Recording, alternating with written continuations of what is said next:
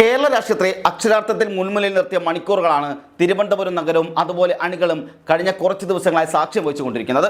10 വർഷത്തെ നീണ്ട ഇടവേളയ്ക്ക് ശേഷം ഭരണം തിരിച്ചു പിടിച്ച UDF ക്യാമ്പിൽ ആഹ്ലാദ പ്രകടനങ്ങൾ നടക്കുമ്പോഴും അണിയറയിൽ വകുപ്പ് വിഭജനത്തെ ചൊല്ലി നടക്കുന്ന തർക്കങ്ങൾ നാടകീയമായ അന്ത്യത്തിലേക്കാണ് ഇപ്പോൾ എത്തിച്ചേർന്നുകൊണ്ടിരിക്കുന്നത്.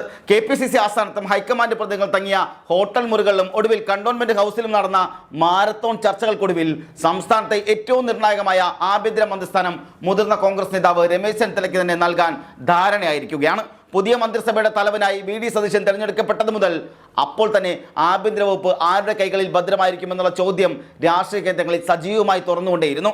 മുഖ്യമന്ത്രി പദവിക്ക് പുറമെ ആഭ്യന്തര വകുപ്പ് കൂടി തൻ്റെ കൈകളിൽ നിലനിർത്തിക്കൊണ്ട് ശക്തമായൊരു ഭരണം കാഴ്ചവെക്കാനായിരുന്നു VD സതീശൻ തുടക്കത്തിൽ തന്നെ ആഗ്രഹിച്ചിരുന്നതെങ്കിലും അതിനായി കടുത്ത ശ്രമങ്ങൾ നടത്തിയതും. ക്രമസമാധാന ചുമതല നേരിട്ട് മുഖ്യമന്ത്രിയുടെ കീഴിൽ വരുന്നത് ഭരണത്തിന് കൂടുതൽ വേഗതയും കൃത്യതയും നൽകുമെന്ന വാദമാണ് സതീശൻ ക്യാമ്പ് പ്രധാനമായും ഉയർത്തിയത്. എന്നാൽ ഉമ്മൻചാണ്ടി സർക്കാരിൻ്റെ കാലത്ത് ആഭ്യന്തരം കൈകാര്യം ചെയ്തത് വലിയ പരിചയസമ്പത്തുള്ള രമേശ് ചെന്നിത്തലയെ പോലൊരു മുതിർന്ന നേതാവിനെ മാറ്റി നിർത്തിക്കൊണ്ട് മുന്നോട്ട് പോകുന്നത് പാർട്ടിക്കുള്ളിലും അതുപോലെ മുന്നണിയിലും വലിയ പൊട്ടിത്തെറികൾക്ക് കാരണമാകുമെന്ന തിരിച്ചറിവ് ഹൈക്കമാൻഡിനുണ്ടായിരുന്നു.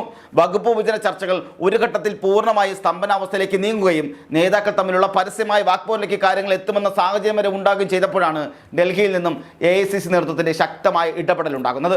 മുന്നണിയിലെ സമവായവും വരുന്ന ആളുകൾ നേരിടേണ്ടി വരുന്ന രാഷ്ട്രീയ വെല്ലുവിളികളും കണക്കിലെടുത്ത് മുതിർന്ന നേതാക്കളുടെ അനുഭവ സമ്പത്തിന് മുൻഗണന നൽകണമെന്നും തർക്കങ്ങളിലേക്ക് കടക്കാതെ ആഭ്യന്തര വകുപ്പ് രമേശ് ചെന്നിത്തലയ്ക്ക് വിട്ടു നൽകണമെന്നും ഹൈക്കമാൻഡ് VD സതീശന് കർശന നിർദ്ദേശം നൽകിയിരിക്കുക കൂടിയാണ്. കഴിഞ്ഞ UDF സർക്കാരിൻ്റെ കാലത്തും പിന്നീട് പ്രതിപക്ഷ നേതാവായിരുന്നപ്പോഴും ആഭ്യന്തര സുരക്ഷാ കാര്യങ്ങളിലും നിയമസഭയ്ക്കുള്ളിലെ രാഷ്ട്രീയ പോരാട്ടങ്ങളിലും ചെന്നിത്തല പുലർത്തി വന്ന മികച്ച പ്രകടനവും സംഘടനാ ശേഷിയും കൂടി പരിഗണിച്ചാണ് പാർട്ടി കേന്ദ്ര നേതൃത്വം ഈ അന്തിമ തീരുമാനത്തിലേക്ക് എത്തിക്കൊണ്ടിരിക്കുന്നത് എന്നുള്ളതാണ് പുറത്തു വരുന്ന വിവരങ്ങൾ. ഇതോടെ കഴിഞ്ഞത് ഏതാനും ദിവസങ്ങളായി നിലനിന്നിരുന്ന കടുത്ത അനിശ്ചിതത്വങ്ങൾക്കെല്ലാം വിരാമമാവുകയും ആഭ്യന്തര മന്ത്രിസ്ഥാനം ഉറപ്പിച്ചതിൻ്റെ ആശ്വാസത്തിലേക്ക് രമേശ് ചെന്നിത്തല ക്യാമ്പ് മാറുകയും ചെയ്തിട്ടുമുണ്ട്. അവസാന നിമിഷത്തിൽ അപ്രതീക്ഷിതമായി അട്ടിമറികളൊന്നും സംഭവിച്ചില്ല എങ്കിൽ VD സതീശൻ മന്ത്രിസഭയിലെ ഏറ്റവും ശക്തനായ രണ്ടാമനായി ആഭ്യന്തര വകുപ്പിന്റെ അമരക്കാരനായി രമേശ് ചെന്നിത്തല തന്നെ ചുമതല ഏൽക്കുമെന്ന് ഇപ്പോൾ ഏതാണ്ട് ഉറപ്പായിരിക്കുകയാണ്. എന്നാൽ ഈ ചർച്ചകൾ അവിടം കൊണ്ടൊന്നും അവസാനിച്ചില്ല എന്നുള്ളതാണ് ഇന്നത്തെ ഏറ്റവും പുതിയ രാഷ്ട്രീയ നീക്കങ്ങൾ തന്നെ വ്യക്തമാക്കുന്നത്. ആഭ്യന്തര വകുപ്പിന്റെ കാര്യത്തിൽ പാർട്ടി നേതൃത്വം ഒരു ഫോർമുല കണ്ടെത്തിയെങ്കിലും മന്ത്രിസഭയിലെ മറ്റ് വകുപ്പുകളുടെ വിഭജനത്തിലും സത്യപ്രതിജ്ഞയ്ക്ക് തൊട്ടു മുമ്പുള്ള ദിവസങ്ങളിൽ ഗ്രൂപ്പ് പോരുകൾ പരസ്യമാകാതിരിക്കാനും ലക്ഷ്യമിട്ട് നിയുക്ത മുഖ്യമന്ത്രി VD സതീശൻ ഇന്ന് വീണ്ടും രമേശ് ചെന്നിത്തലയെ നേരിട്ട് ചെന്ന് കണ്ടത് രാഷ്ട്രീയ കാലത്തെ വീണ്ടും ചർച്ചകളിലേക്ക് നയിച്ചിട്ടുമുണ്ട്. ചെന്നിത്തലയുടെ വസതിയിലേക്ക് VD സതീശൻ അപ്രതീക്ഷിതമായി നേരിട്ടെത്തി നടത്തിയ ഈ കൂടിക്കാഴ്ച കേവലം ഒരു സൗഹൃദ സന്ദർശനം മാത്രമായിരുന്നില്ല, മറിച്ച് വരാൻ പോകുന്ന സർക്കാരിന്റെ സുഗമമായ മുന്നോട്ട് പോക്കിനായി കൃത്യമായ രാഷ്ട്രീയ തന്ത്രങ്ങൾ മെനയുന്നതിന്റെ ഭാഗം കൂടിയായിരുന്നു. ഭരണത്തിന്റെ തലപ്പത്തിരുന്ന അല്ലെങ്കിൽ തലപ്പത്തിരിക്കുന്ന നേതാക്കൾ തമ്മിൽ യാതൊരുവിധ ഈഗോയും ഉണ്ടാകരുത് എന്ന ഹൈക്കമാൻഡ് ഉപദേശത്തിന് തൊട്ടു പിന്നാലെയുള്ള ഈ നീക്കം ശ്രദ്ധിക്കേണ്ട കാര്യം കൂടിയാണ്. വകുപ്പ് വിഭജനത്തിൽ A ഗ്രൂപ്പിൻ്റെയും I ഗ്രൂപ്പിൻ്റെ താല്പര്യങ്ങൾ പരമാവധി സംരക്ഷിക്കുമെന്നും ആഭ്യന്തര വകുപ്പ് കൈകാര്യം ചെയ്യുമ്പോൾ ചെന്നിത്തലയ്ക്ക് പൂർണ്ണമായ സ്വാതന്ത്ര്യം പിന്തുണയും മുഖ്യമന്ത്രിയുടെ ഭാഗത്തുനിന്ന് ഉണ്ടാകുമെന്നും സതീശൻ ഈ കാര്യത്തിൽ ഉറപ്പ് നൽകിയിട്ടുണ്ടോ എന്നുള്ളതാണ് ഇപ്പോൾ ചോദിക്കേണ്ട കാര്യം, അല്ലെങ്കിൽ ആലോചിക്കേണ്ട കാര്യം. കാരണം ഇവിടെ രമേശ് ചെന്നിത്തലയും സതീശനുമായി നടത്തിയ കൂടിക്കാഴ്ചകൾക്ക് ശേഷം സതീശൻ മാധ്യമങ്ങളോട് ഒരു വാക്ക് പോലും മിണ്ടാതെ കാറിൽ കയറി പോകുന്ന സാഹചര്യമുണ്ടായി. അത് നമുക്കൊന്ന് കണ്ടുവരാം.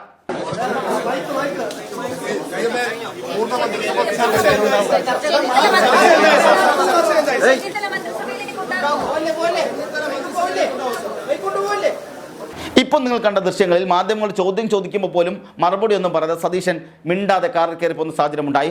മറിച്ച് അതുപോലെ തന്നെ അപ്പുറത്തെ ഭാഗത്തുനിന്ന് ചെന്നിത്തലയും പുറത്തേക്ക് ഇറങ്ങി വരാതെ വീട്ടിനുള്ളിൽ തന്നെ ഇരിക്കുന്ന സാഹചര്യമുണ്ടായി. ഇതുകൊണ്ട് മനസ്സിലാക്കേണ്ടത് എന്താണെന്ന് ചോദിച്ചാൽ ഇവർ തമ്മിലുള്ള സമവായം ഒന്നുമായില്ല എന്നുള്ളതാണ് പുറത്തു വരുന്ന വിവരങ്ങളെല്ലാം. മറ്റൊന്ന്, ഏതാണ്ട് 1 മണിക്കൂറിലത് നീണ്ടുന്ന ഈ അടച്ചിട്ട മുറിയിലെ ചർച്ചയിൽ വരും ദിവസങ്ങളിൽ പ്രതിപക്ഷം ഉയർത്തിയേക്കാവുന്ന വെല്ലുവിളികളെ ഭരണപക്ഷം എങ്ങനെ ഒന്നിച്ച് നേരിടാമെന്നതിനെക്കുറിച്ച് വരെ ചർച്ചകൾ ഉണ്ടായെന്നും ഇരു നേതാക്കളും തമ്മിൽ കൃത്യമായ ധാരണ ഉണ്ടായിട്ടെന്നും പുറത്തു വരുന്ന വിശ്വസിക്കാവുന്ന കേന്ദ്രങ്ങളിൽ നിന്നും അറിയിപ്പുകൾ വരുന്നുമുണ്ട്. കഴിഞ്ഞ കുറച്ചു കാലങ്ങളായി കോൺഗ്രസ് പുനഃസംഘടനയുമായി ബന്ധപ്പെട്ട് ഇവർക്ക് രണ്ടുപേർക്കും ഇടയിൽ നിന്ന തണുത്ത യുദ്ധത്തിന്റെ വിരാമം വിട്ടുകൊണ്ട് അധികാരമേൽക്കുന്ന ആദ്യ നാളുകൾ തന്നെ ഒത്തൊരുമയുടെ ശക്തമായ സന്ദേശം അണികൾക്കും പൊതുസമൂഹത്തിന് നൽകുക എന്നതായിരുന്നു VD സതീശന്റെ രാഷ്ട്രീയ നീക്കത്തിന് പിന്നിലെ യഥാർത്ഥ ലക്ഷ്യം. പക്ഷേ അത് ലക്ഷ്യം കണ്ടോ എന്നുള്ളതാണ് ഇനി അറിയാനുള്ളത്. എന്നാൽ UDF ക്യാമ്പിൽ വകുപ്പ് വിഭജനത്തെ ചൊല്ലി തർക്കങ്ങൾ മുറുകുകയും കോൺഗ്രസിനുള്ളിൽ അസ്വാരസ്യങ്ങൾ പുകയുകയും ചെയ്യുന്ന ആ നിർണായകമായ മണിക്കൂറുകളിൽ രാഷ്ട്രീയ കേരളത്തെ ഞെട്ടിച്ചുകൊണ്ട് അണിയറയിൽ മറ്റൊരു വൻ അട്ടിമറി നീക്കത്തിന് BJP കേന്ദ്ര നേതൃത്വം കളമൊരുക്കിയിരുന്നു എന്നുള്ള വിനാശകരമായ വാർത്തകളാണ് കഴിഞ്ഞ ദിവസങ്ങളിൽ പുറത്തു വന്നുകൊണ്ടിരുന്നത്. രമേശ് ചെന്നിത്തലയ്ക്ക് ആഭ്യന്തര വകുപ്പ് ലഭിക്കാതെ വരികയോ അല്ലെങ്കിൽ പുതിയ തലമുറയുടെ കടന്നുവരവോടെ അദ്ദേഹം പാർട്ടിയിൽ പൂർണ്ണമായും പാർശ്വവൽക്കരിക്കപ്പെടുകയോ ചെയ്യുന്ന ഒരു സാഹചര്യം ഉണ്ടായാൽ അതിന് കൃത്യമായി മുതലെടുക്കുക എന്നുള്ളതാണ് BJPയുടെ കേന്ദ്ര ഓപ്പറേഷൻ സംഘത്തിന്റെ പ്രധാന ലക്ഷ്യം. കോൺഗ്രസിലെ ഏറ്റവും മുതിർന്ന നേതാവും മുൻ KPCC പ്രസിഡന്റും ദേശീയ തലത്തിൽ ശക്തമായ സ്വാധീനമുള്ള ചെന്നിത്തലയെ പോലൊരു ഹൈ പ്രൊഫൈൽ നേതാവിനെ ദേശീയ തലത്തിലെ വലിയ പദവികളും കേന്ദ്രമന്ത്രിസ്ഥാനം വാഗ്ദാനം ചെയ്തുകൊണ്ട് NDA പാളത്തിലേക്ക് എത്തിക്കാൻ BJPയുടെ അഖിലേന്ത്യാ നേതൃത്വം നേരിട്ട് തന്ത്രങ്ങൾ മെനഞ്ഞു എന്നുള്ള വാർത്തകളും കഴിഞ്ഞ ദിവസങ്ങളിൽ പുറത്തു വന്നതാണ്. കേരളത്തിലെ കോൺഗ്രസ് ഭരണത്തിന്റെ അടിത്തറ ആദ്യ നാളുകളിൽ തന്നെ തകർക്കുക എന്ന വലിയ ലക്ഷ്യത്തോടെയാണ് BJP ഈ ഓപ്പറേഷൻ കുതിരക്കച്ചവടം ആസൂത്രണം ചെയ്തിരിക്കുന്നത്. ചെന്നിത്തലയുമായി വ്യക്തിപരമായ സൗഹൃദമുള്ള ചില ഉത്തരേന്ത്യൻ ബിസിനസ് മധ്യസ്ഥർ വഴിയും RSS ചില പ്രമുഖർ വഴിയും ചർച്ചകൾ ആരംഭിക്കാൻ അവർ കടുത്ത ശ്രമങ്ങൾ നടത്തുകയും ചെയ്തിട്ടുണ്ടായിരുന്നു എന്നുള്ളതും വിവരങ്ങൾ പുറത്തു വന്നിട്ടുണ്ടായിരുന്നു. എന്നാൽ ജനാധിപത്യ മൂല്യങ്ങളെയും കോൺഗ്രസ് പ്രസ്ഥാനത്തെയും വഞ്ചിച്ചുകൊണ്ട് യാതൊരുവിധ പദവികളും തനിക്ക് ആവശ്യമില്ലെന്ന് ചെന്നിത്തല കർശനമായ നിലപാടെടുത്തോടെ BJPയുടെ കുതിരക്കച്ചവട ശ്രമങ്ങൾ ആദ്യഘട്ടത്തിൽ തന്നെ പാളിപ്പോകുന്ന സാഹചര്യമുണ്ടായി. തൻ്റെ രാഷ്ട്രീയ അടിത്തറ കറകളഞ്ഞ മതേതൃത്വത്തിലാണെന്നും അധികാരത്തിന് വേണ്ടി വർഗീയ ശക്തികളുടെ കൂട്ടുകൂടാൻ തൻ്റെ രാഷ്ട്രീയ ചരിത്രം അനുവദിക്കില്ലെന്നും ചെന്നിത്തല വ്യക്തമാക്കിയതോടെ BJPയുടെ ആസൂത്രണ നീക്കങ്ങൾ പൂർണ്ണമായും പൊളിയുകയും അവർക്ക് കനത്ത രാഷ്ട്രീയ തിരിച്ചടി നേരിടേണ്ടി വരികയും ചെയ്തിട്ടുമുണ്ട്. ഇതിന് പിന്നാലെ ചെന്നിത്തല NDAയിലേക്ക് പോകുന്ന നിലയിൽ സോഷ്യൽ മീഡിയ ചില കേന്ദ്രങ്ങൾ പടച്ചുവിട്ട വ്യാജ വാർത്തകൾക്ക് അദ്ദേഹം VD സതീശനുമായി ഒന്നിച്ചു നടത്തിയ കൂടിക്കാഴ്ചയും വാർത്താ സമ്മേളനങ്ങളും കൃത്യമായും ശക്തമായ മറുപടിയായി മാറുകയും ചെയ്തിട്ടുണ്ട്. ഈ രാഷ്ട്രീയ നാടകങ്ങൾക്കെല്ലാം ഒടുവിൽ മുഖ്യമന്ത്രി സ്ഥാനത്തിനൊപ്പം സംസ്ഥാനത്തിന്റെ തകർന്നടിഞ്ഞ് സാമ്പത്തിക അടിത്തറ ഭദ്രമാക്കാനുള്ള കടുത്ത ദൗത്യവും VD സതീശൻ തന്നെ നേരിട്ട് ഏറ്റെടുക്കുമെന്നുള്ളതാണ് ലഭിക്കുന്ന സൂചനകൾ. കടുത്ത കടക്കണിയിലൂടെയും സാമ്പത്തിക പ്രതിസന്ധിയിലൂടെയും കടന്നു പോകുന്ന കേരളത്തെ കരകയറ്റാൻ ധനകാര്യ വകുപ്പ് മറ്റാർക്കും വിട്ടുകൊടുക്കാതെ തൻ്റെ കീഴിൽ തന്നെ നിലനിർത്താനാണ് സതീശൻ തീരുമാനിച്ചിരിക്കുന്നത്. മുമ്പ് പ്രതിപക്ഷ നേതാവ് എന്ന കാലത്ത് മുതൽക്ക് തന്നെ സർക്കാരിൻ്റെ ദൂർത്തുകൾക്കെതിരെയും സാമ്പത്തിക അച്ചടക്കമില്ലായ്മയ്ക്കെതിരെയും ശക്തമായി ശബ്ദമുയർത്തുന്ന നേതാവാണ് VD സതീശൻ. ചെലവ് ചുരുക്കൽ നടപടികളുടെ ആ നടപടിയിലൂടെ ഇതിനോടകം തന്നെ ജനശ്രദ്ധ നേടിയ അദ്ദേഹം ധനകാര്യ വകുപ്പ് നേരിട്ട് കൈകാര്യം ചെയ്യുന്നത് വഴി കൂടുതൽ കർശനമായ സാമ്പത്തിക നിയന്ത്രണങ്ങൾ സംസ്ഥാനത്ത് നടപ്പിലാക്കാൻ സാധിക്കുമെന്നാണ് പാർട്ടിയിലെ സാമ്പത്തിക വിദഗ്ധരും വിലയിരുത്തപ്പെടുന്നത്. മുഖ്യമന്ത്രി തന്നെ ധനകാര്യം കൈകാര്യം ചെയ്യുമ്പോൾ എല്ലാ വകുപ്പുകളിലും അനാവശ്യമായ തുക വകമാറ്റുന്നതും ദൂർത്തടിക്കുന്നതിനും കടുത്ത നിയന്ത്രണങ്ങൾ ഏർപ്പെടുത്താൻ നേരിട്ട് അവസരമൊരുങ്ങുകയും ചെയ്യും. കെടുകാര്യസ്ഥതയും അതുപോലെ നികുതി പിരിവിലെ അനാസ്ഥയും അടിയന്തിരമായി അവസാനിപ്പിച്ച് ഖജനാവിലേക്ക് വരുമാനം എത്തിക്കുക എന്ന ഹിമാലയൻ വെല്ലുവിളിയാണ് സതീശന്റെ മുന്നിലുള്ളത്. മറുവശത്ത് മുന്നണിയിലെ രണ്ടാമത്തെ വലിയ കക്ഷിയായ മുസ്ലിം ലീഗ് തങ്ങളുടെ പരമ്പരാഗത വകുപ്പുകളുടെ കാര്യത്തിൽ യാതൊരുവിധ വിട്ടുവീഴ്ചയ്ക്കും തയ്യാറല്ലെന്ന കടുത്ത നിലപാടിലാണ് മുന്നോട്ട് പോകുന്നത്. മുമ്പ് UDF ഭരണകാലങ്ങളിൽ തങ്ങൾ വിജയകരമായി കൈകാര്യം ചെയ്തിരുന്ന വ്യവസായം, പൊതുമരാമത്ത്, വിദ്യാഭ്യാസം എന്നീ സുപ്രധാന വകുപ്പുകൾ യാതൊരു കാരണവശാലും വിട്ടുകൊടുക്കില്ലെന്ന് ലീഗ് നേതൃത്വം കോൺഗ്രസ് ഉന്നതാധികാര സമിതിയെ അസന്നിഗ്ധമായി അറിയിച്ചു കഴിഞ്ഞിട്ടുമുണ്ട്. പാണക്കാട് തങ്ങളുടെ വസതിയിൽ ചേർന്ന ലീഗ് ഉന്നതാധികാര സമിതി യോഗത്തിന് ശേഷം കോൺഗ്രസിന് മേൽ സമ്മർദ്ദം ചെലുത്താൻ അവർ തീരുമാനിക്കുകയും ചെയ്തിട്ടുണ്ട്. ഇതിനു പുറമെ മാറിയ കാലത്തിനനുസരിച്ച് IT വകുപ്പ് കൂടി തങ്ങൾക്ക് വേണമെന്ന ലീഗിൻ്റെ കടുംപിടുത്തം ചർച്ചകളെ അല്പം നീട്ടിക്കൊണ്ട് പോയിട്ടുണ്ട് എന്നെങ്കിലും ലീഗിൻ്റെ പരമ്പരാഗത വട്ടക്കണ്ണികൾക്ക് വലിയ മാറ്റമുണ്ടാകില്ല എന്നാണ് ഒടുവിൽ പുറത്തു വരുന്ന സൂചനകളെല്ലാം വ്യക്തമാകുന്നത്. ലീഗിനെ പിണക്കിക്കൊണ്ട് മുന്നോട്ട് പോകാൻ കോൺഗ്രസിന് കഴിയില്ല എന്നതിനാലാണിത് എന്നുകൂടി മനസ്സിലാക്കണം. ഇതേ സമയം തന്നെ കേരള കോൺഗ്രസ് ജോസഫ് വിഭാഗവും തങ്ങൾക്ക് അർഹതപ്പെട്ട കൃഷിയും ഭവന നിർമ്മാണവും ഉൾപ്പെടെയുള്ള വകുപ്പുകൾക്കായി സമ്മർദ്ദം ശക്തമാക്കിയിട്ടുമുണ്ട്.